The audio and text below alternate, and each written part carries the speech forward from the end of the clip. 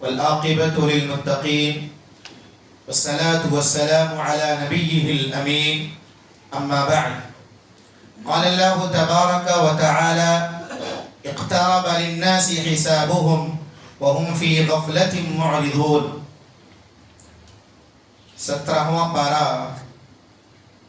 جس کے آغاز ہی میں اللہ تعالیٰ نے قیامت کے حوالے سے بات کی ہے کہ لوگوں کے حساب کا وقت بالکل قریب ہے اور لوگ غفلت میں پڑے ہوئے بے توجہی برت رہے ہیں۔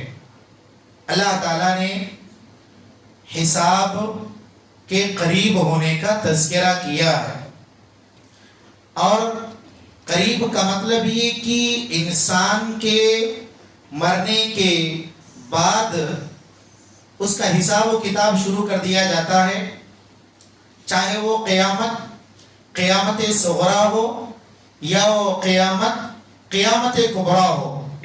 اللہ تعالیٰ نے حساب کے قریب ہونے کے بارے میں کہا ہے، اور پھر لوگوں کی حالت کا تذکرہ کیا کہ لوگ بالکل غفلت میں ڈوب کر کے اس سے بے توجہی برت رہے ہیں۔ ایک ہوتا ہے انسان کے امتحان کا، اس کے ایگزام کا وقت ہو اور انسان کے سر پر امتحان سوار ہو جائے اور اس کو نیند نہ آئے، اور ایک ایگزام جو اللہ تعالیٰ نے ذکر کیا حساب و کتاب کا، کہ انسان کے حساب و کتاب کا وقت بالکل قریب ہے اور انسان غفلت میں مست پڑا ہوا، کوئی اس سے سروکار نہیں ہے قیامت کے حوالے سے۔ جبکہ دنیاوی امتحان کے اعتبار سے آدمی جاگتا ہے، تیاری کرتا ہے، اس کے لیے محنت کرتا ہے، کوشش کرتا ہے، اور اللہ تعالیٰ نے ایک عام انسانوں کا تذکرہ کیا کہ قیامت کے حوالے سے حالت کیا ہے، بالکل لاپرواہ، کوئی مطلب نہیں، گویا ان کے دل لہو لعب میں ایسے مشغول ہیں کہ سنتے تو ہیں لیکن توجہ نہیں دیتے۔ تو انسان کی حالت قیامت کے اعتبار سے کیا ہے، اللہ نے اس آیت کریمہ میں بیان کیا۔ آگے اللہ تعالیٰ نے ذکر کیا کہ قال ربی یعلم القول فی السماء والارض، اللہ تعالیٰ آسمان و زمین کی ہر بات کو جانتا ہے۔ اب غور کریں، روئے زمین پر کوئی بات، کوئی قول، کوئی گفتگو ہو، یا آسمان پر کوئی گفتگو ہو، کوئی بات ہو، اللہ تعالیٰ کے علم میں ہر بات ہے۔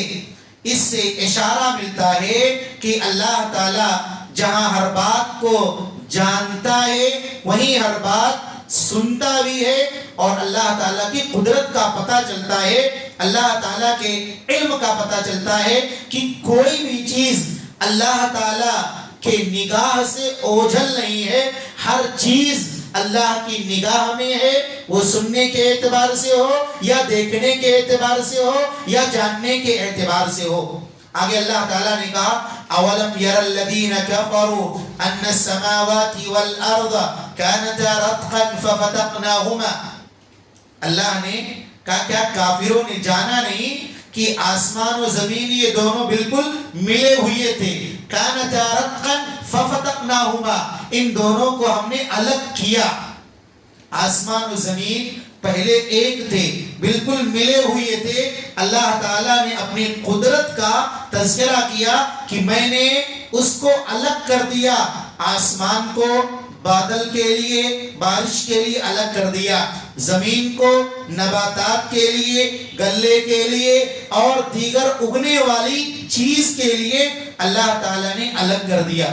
حالانکہ پہلے دونوں کی یہ دونوں صلاحیتیں نہیں تھیں، دونوں ملے ہوئے تھے، دونوں کو اللہ نے الگ کر دیا، آسمان کو خاص کر دیا بارش کے لیے، بادل کے لیے، زمین کو خاص کر دیا نباتات کے لیے، اگنے والی چیزوں کے لیے۔ اور اللہ نے کہا وَجَعَلْنَا مِنَ الْمَاءِ كُلَّ شَيْءٍ حَيٍّ، ہم نے پانی سے ہر جیوت، ہر جاندار چیز کو پیدا کیا۔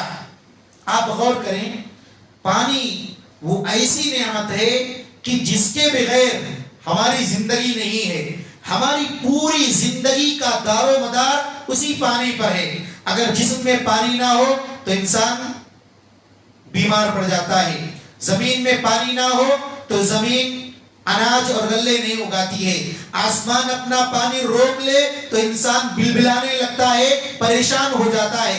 اسی پانی سے اللہ تعالیٰ نے ہر جاندار چیز کو پیدا کیا ہے. یہ اللہ تعالیٰ کفار کو بتلا رہا ہے. یہ جو آسمان دیکھ رہے ہو, یہ جو زمین دیکھ رہے ہو, یہ جو پانی دیکھ رہے ہو, یہ ہم نے بنایا ہے, ہم نے ان کو الگ الگ کیا ہے.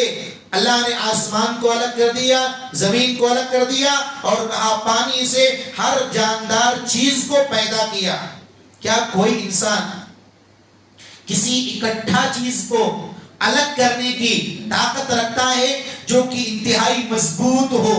اللہ تعالیٰ نے کفار کو دعوت دی ہے, یہ جو کائنات میں بکھری ہوئی میری نشانیاں ہیں, اس میں توحید کو تلاش کرو, اس میں اللہ تعالیٰ کے ایک ہونے کو تلاش کرو. یہ جو آسمان ہے, یہ جو زمین ہے, آسمان اور زمین کے درمیان جو خلا ہے, اور پھر اللہ تعالیٰ نے جو پانی روئے زمین میں نہروں کی شکل میں, چشموں کی شکل میں جاری کر دیا ہے, اس میں غور کرنے کی ضرورت ہے. افلا یؤمنون, کیا یہ لوگ یقین نہیں رکھتے؟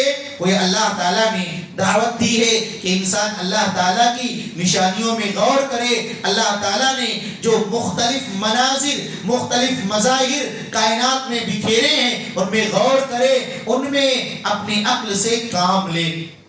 آگے اللہ تعالیٰ نے یاجوج اور ماجوج کا تذکرہ کیا.